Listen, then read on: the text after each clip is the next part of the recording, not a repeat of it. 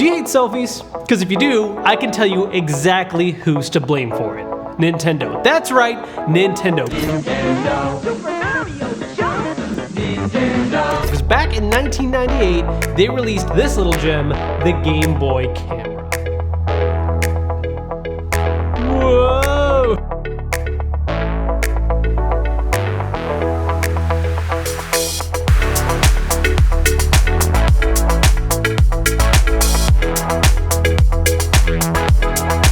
This is a peripheral slash game that came out in both Japan and the US back in '98. Japan did get it a few months earlier, and back when it came out, you can get it in a couple different colors. We have the blue one right here, but they also released it in a red, yellow, and green, and Japan specifically got an exclusive clear purple, kind of in the style of the Atomic Purple Game Boy Color. There was also a limited edition gold one they did that was Legend of Zelda. Now, the idea here is pretty simple, although it's actually a lot weirder once you start using it, but you could use it to take photos, and then they would show up on your Game Boy screen. And you could even actually buy another attachment that was the Game Boy printer, which could print out those images using just basic heat paper. So let's set this up and actually check out how it works, and then maybe also do something a little unnecessarily cool with it.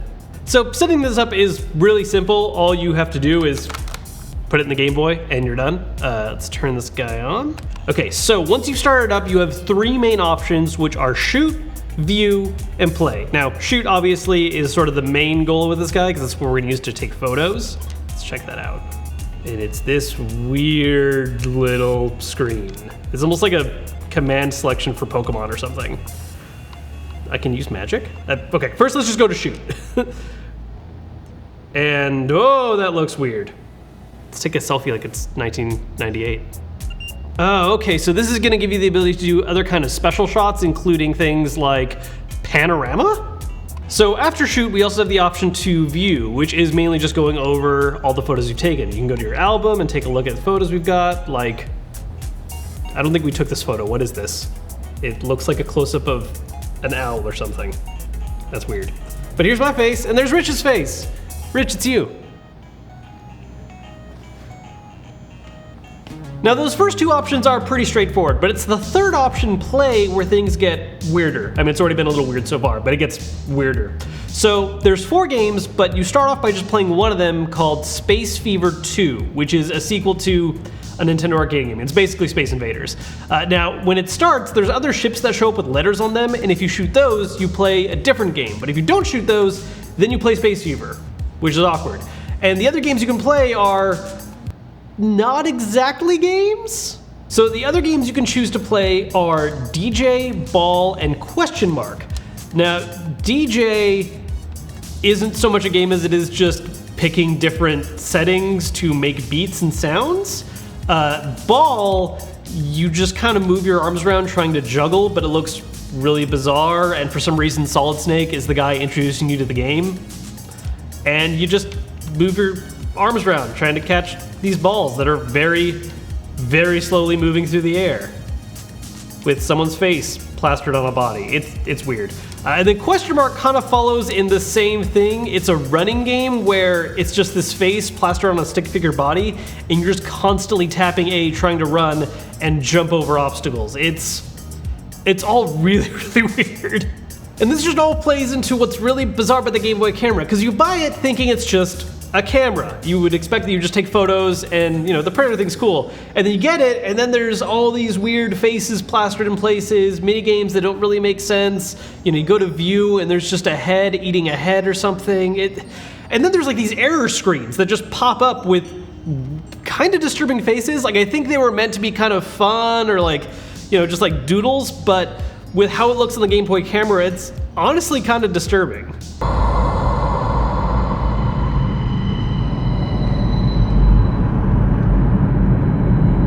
So yeah, this thing is weird. So weird, in fact, that when it was being made, there was actually a lot of internal resistance at Nintendo about even releasing it. But I'm glad they did, because it's gonna let us do some crazy, stupid fun stuff today. Now, there's actually a whole online community of Game Boy camera enthusiasts who have come up with all kinds of crazy things they can use it for, whether it's using filters to create color images, running images through neural networks to recreate like better versions of the photos, and even attaching them to telescopes to get really crazy images. But something we were actually inspired by was someone who had posted on Reddit the idea of actually adapting the Game Boy camera to be used with high quality camera lenses. Now in that case, they were using a little 3D printed adapter they made.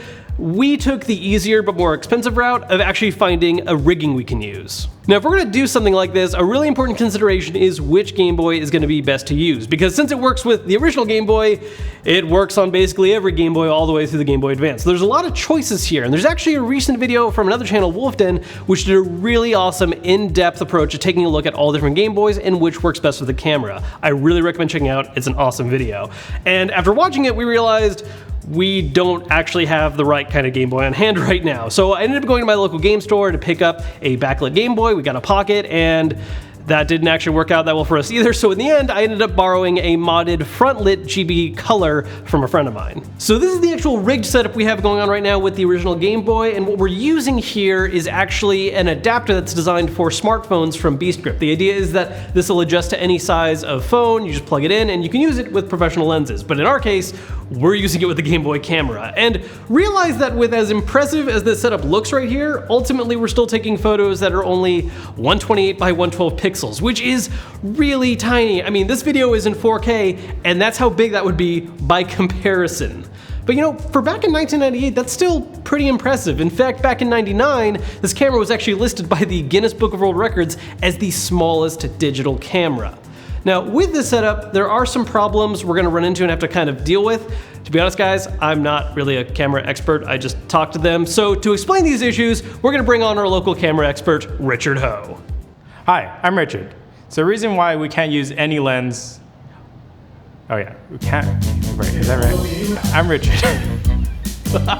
So I'm gonna explain flange focus distance. No, I'm not, because I totally forgot. So what we have here, oh, sorry. Is it okay? Am I doing okay?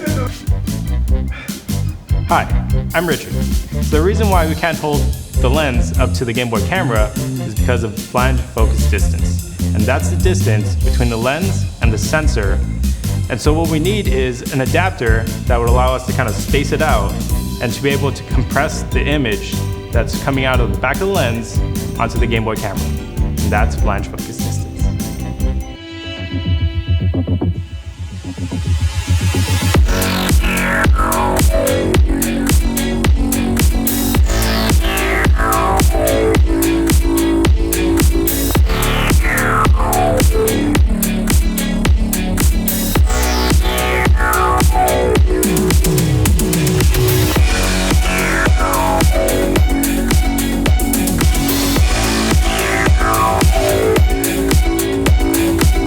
You may be wondering why the images are upside down. That is due to the lens flipping it. You can solve this by using a Game Boy SP. So with the setup all good and ready to go in the wild, it's a little absurd looking and a bit awkward. I mean, to be honest, it's a bit unwieldy. It's not very comfortable to get a lot of shots with, but with it, we are able to get photos.